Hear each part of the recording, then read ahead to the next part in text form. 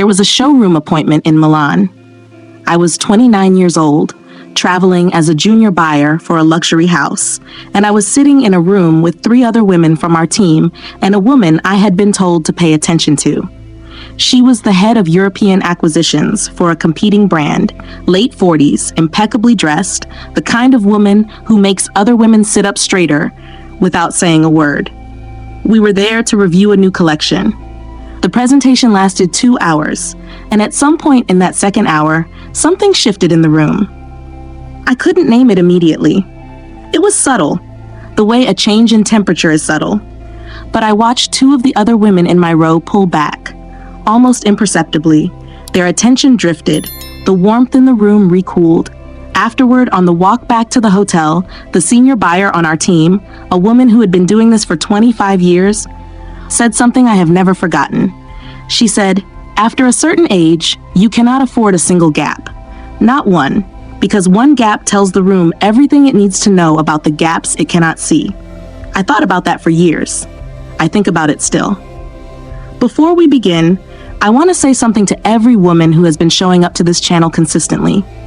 You are the undeniables, and I don't say that lightly. What you are building, quietly, deliberately, one habit at a time, is real. I see it in the comments. I see it in who you're becoming. If this is your first time here, I want to know where you're watching from.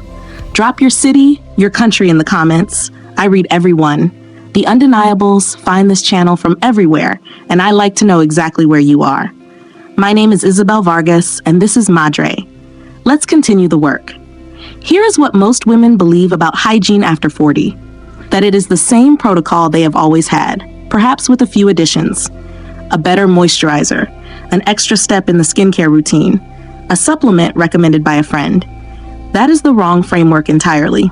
After 40, the body changes in ways that make the hygiene habits of your 30s not just insufficient, but actively misleading. Your skin produces less sebum, which means the products and routines designed for younger skin begin to work against you. Your cellular turnover slows, your sweat composition shifts, your breath and body chemistry become more sensitive to what you eat, how you sleep, and how consistently you maintain your routine. The women who understand this have adapted their protocol to the body they actually have. The women who haven't are working harder than necessary and getting less than they deserve. Today, I'm giving you the 8 habits that make the difference. Habit 1, they have switched to a tongue scraper, and they use it before anything else. This is the habit that the women I know who are most consistently regarded as refined will not negotiate on.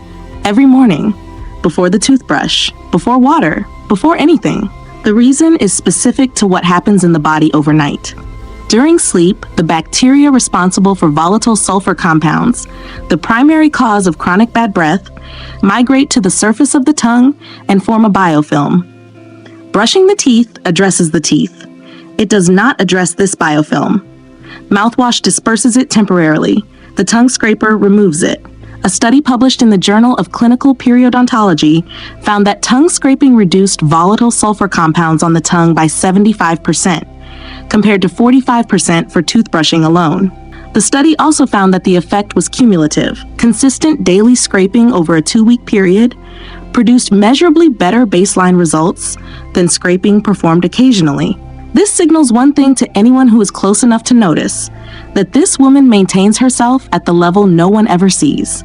And that level of invisible maintenance is always what separates the women who are regarded as genuinely refined from the women who are regarded as well-dressed. A physician I know, she runs an internal medicine practice on the Upper East Side and counts several board-level executives among her patients, told me she recommends this to every patient over 40 as a non-negotiable. She said, "It is the highest return hygiene habit that almost no one is doing consistently, and after 40, the return doubles."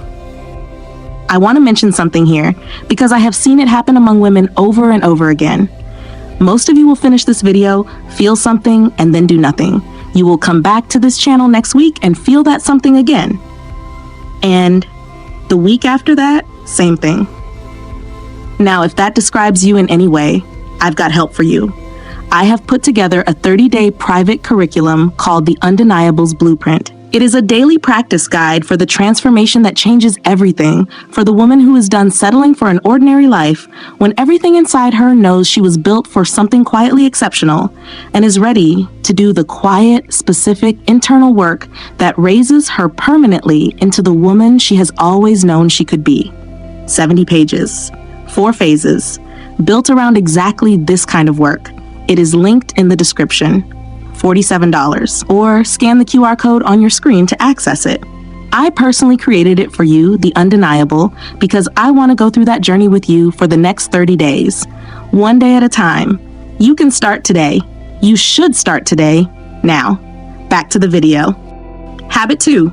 They wash their pillowcase every 3 days, not once a week, not when they remember, every 3 days, without exception. This habit sits at the intersection of hygiene and skincare, and it is one of the most underestimated contributors to skin quality after 40.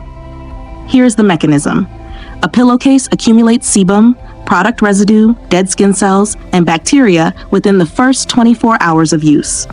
By night 3, the surface a woman is pressing her face into for 7 or 8 hours is actively working against every product she applied before bed. After 40, when skin barrier function is already reduced and cellular repair during sleep is slower, the damage compounds faster. The breakouts are different, deeper, slower to resolve, concentrated along the jaw and cheeks. The dullness is cumulative. Most women treat these symptoms without identifying the source. A dermatologist affiliated with Columbia University Medical Center, who specializes in skin aging and barrier repair, told me she asks every patient over 40 about their pillowcase rotation within the first consultation. She said, in most cases where a patient is doing everything right with their skincare and still not seeing results, the pillowcase is the answer. The math is simple. You are undoing 8 hours of repair every night. The signal of consistently clear, calm skin after 40 is not always genetic. Often it is logistical. Habit 3. They have a dedicated nail file and use it weekly, not monthly. Not a salon visit, a file, 3 minutes, every week. After 40, the nail plate thins and becomes more prone to irregular edges, micro tears, and the kind of subtle roughness that catches fabric and draws attention in the wrong direction. The women I have watched who maintain consistently polished hands between salon appointments do one thing that most women skip. They file the free edge of each nail once a week in one direction to maintain a clean line and prevent the invisible snagging that signals neglect before any other indicator does. This is a habit I absorbed watching the women in European luxury fashion who were always, without exception, finished at the hands. Not necessarily with color, often with nothing. But the edge was always clean. The shape was always considered. The nail never spoke louder than the hand. Research from the American Academy of Dermatology on nail changes after 40 confirms that thinning, increased brittleness, and slower growth are physiological changes that begin in the 5th decade and accelerate without regular mechanical maintenance. The file is not cosmetic. It is structural care. A celebrity manicurist based in New York, she has maintained the hands of women on red carpets and in boardrooms for 18 years, told me, the clients whose hands always look good between appointments are the ones who file at home, weekly, without fail. It takes 3 minutes. It makes a month's difference. This signals completeness. The hands are never an afterthought for these women. They are part of the answer. Habit 4. They reapply a neutral lip balm every 2 hours throughout the day. Not a gloss, not a tinted product. A balm, specifically formulated with ceramides or hyaluronic acid, applied on a schedule, not on sensation. After 40, the lip border begins to lose definition and the skin of the lips thins. The result is a specific kind of visual aging that affects the overall impression of the face more than most women realize. Because the lips are a primary site of animation and expression. Lips that are chronically dry, slightly flaked, or poorly defined undercut every other element of a polished presentation.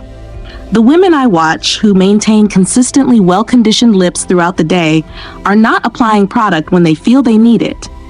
They are applying it before they feel they need it. The difference is everything. By the time you feel the dryness, the barrier has already been compromised.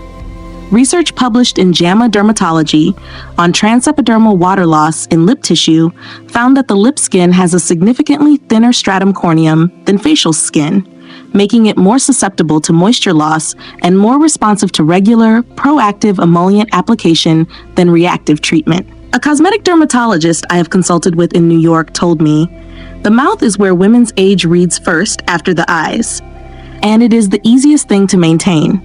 The issue is that most women wait until they're uncomfortable. By then, they're already showing it." Laneige Lip Sleeping Mask at night, CeraVe Healing Ointment, or a ceramide-based balm throughout the day. Both are on my Amazon storefront. Habit 5. They clean their ears once a week, specifically. This is the habit most women have never considered hygiene adjacent in a meaningful way. And it is one of the most quietly revealing. The ear, the outer ear, the bowl of the ear, the area behind the lobe, accumulates product residue, dead skin cells, and natural secretions in a way that is entirely invisible to the woman herself and entirely visible to anyone standing close to her. After 40, this accumulation tends to increase, partly because skin cell turnover has slowed, and partly because product use, hair products, SPF, foundation, tends to become more extensive. I learned this specific habit from an aesthetician in Paris, who worked with some of the most well-maintained women I have ever observed. She told me that in her experience, the ears were the single most consistently overlooked area in personal hygiene, including among women who were otherwise meticulous. She said, "The ear tells me everything about whether a woman has been taught to see herself completely or only in the places she is looking." The practice is not complicated. A warm, damp cloth, once a week, cleaning the outer ear and behind the lobe thoroughly. No cotton swabs inside the canal, the exterior only.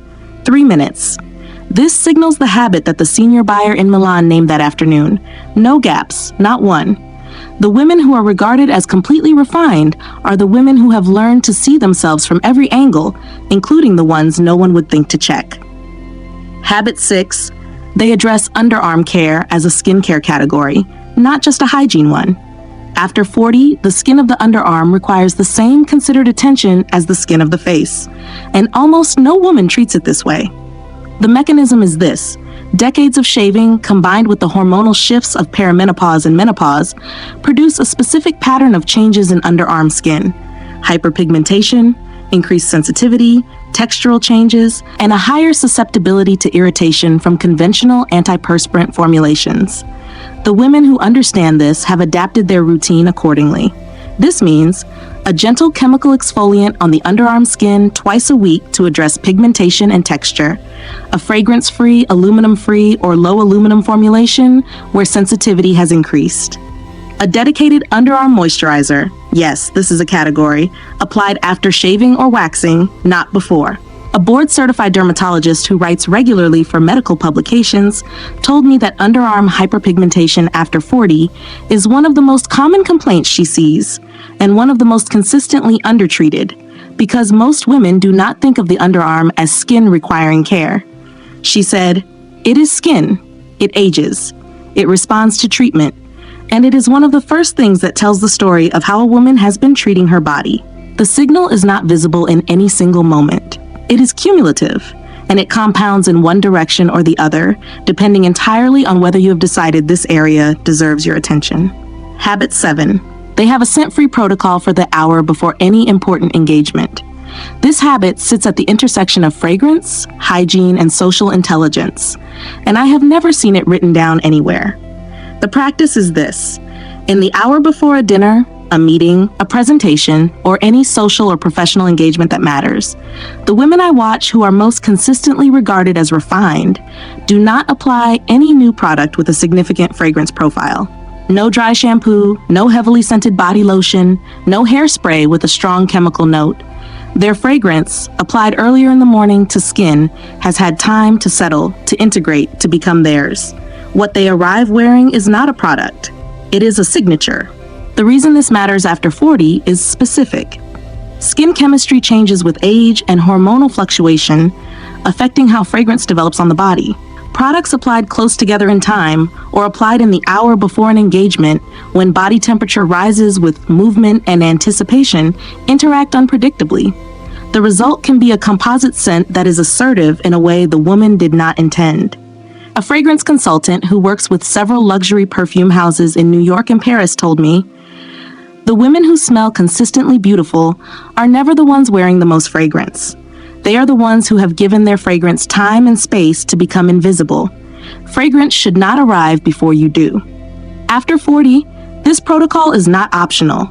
The skin has earned a more nuanced relationship with scent. Honor it. Habit 8, they conduct a weekly full-body skin audit. 10 minutes, every week, in good light.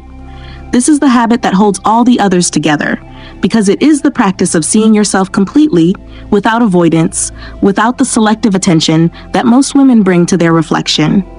The audit covers elbows and knees, which accumulate dead skin and hyperpigmentation, and are frequently neglected between targeted treatments. The décolletage and chest, which age visibly and respond dramatically to consistent moisturization and SPF.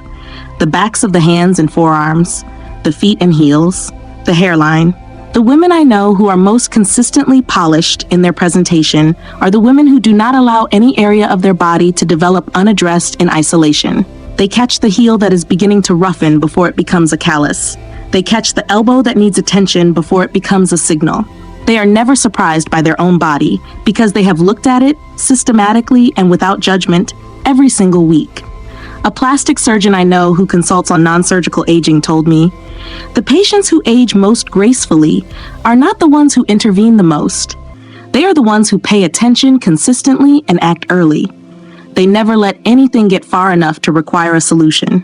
This signals the same thing that every habit in this list signals, taken to its fullest expression. A woman who has decided that every part of her deserves the same standard of care. Not because the world is watching, because she is. Here is what all 8 of these habits share. They are not about surfaces. Every single one of them is a form of complete attention. The discipline of seeing yourself in the areas that no camera angle captures, no compliment reaches, and no one else will ever think to check. Hygiene after 40 is not a beauty strategy. It is a declaration of self-knowledge. It says, "I have looked at myself without flinching. I have addressed what I found. I have left no corner of myself unconsidered." The women who practice this are not the most decorated women in the room. They are the ones who never give the room a reason to look for something missing. That is the standard, and it is available to you starting tonight. Here is what I need you to do. Choose 3 habits from this list. Specifically the 3 you have never considered before, because those are the ones creating the most invisible distance between you and the woman you are capable of being. Build them into your week, not all 8 at once. 3. Consistently for the next 30 days. Then come back and tell me, "I practiced habit number, and habit number." Tell me what shifted, not just in how you looked, but in how you carried yourself when you knew every detail had been addressed. I promise you, that shift is real. If this video gave you something, I need you to be here next week. Hit subscribe, not for me, for the woman you're in the process of becoming. She deserves the information. Until next time, to every woman watching, you are not here by accident. You are an undeniable. Act like it. Isabel.